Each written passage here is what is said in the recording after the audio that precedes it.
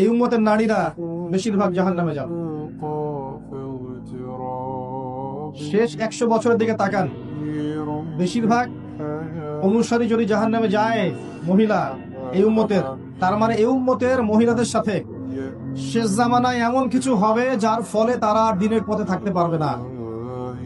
শেষ জামানায় এমন কিছু ওদের সাথে হবে যার ফলে ওরা তাওহীদ, দ্বীনের জ্ঞান অর্জন, সুন্নত, পর্দা, হালাল এই বিষয়গুলো মেনে চলতে পারবে না, প্রতিবন্ধকতার শিকার হবে।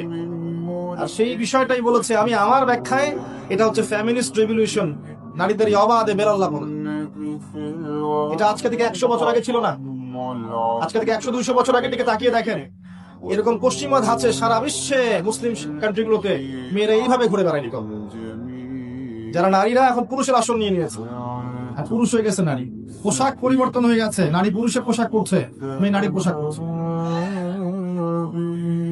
দেধারসে ফ্রি মিক্সিং, যেখানে যাবেন ফ্রি মিক্সিং, মার্কেটে যান ফ্রি মিক্সিং, স্কুলে যান ফ্রি মিক্সিং। ফ্রি মিক্সিং বোঝেন তো? মানে আপনার পাশে বসে আছে গায়রে মাহরাম, আপনার মনে হবে সে আমার কলিগ।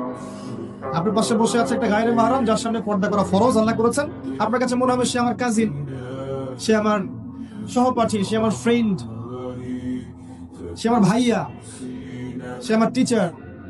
এটা মনে হবে। আল্লাহ ওদের সাথে পর্দা করা ফরজ করেছে, কিন্তু ওই মেয়ের কাছে মনে হবে এই ব্যাপার। এটা ফ্রি মিক্সিং।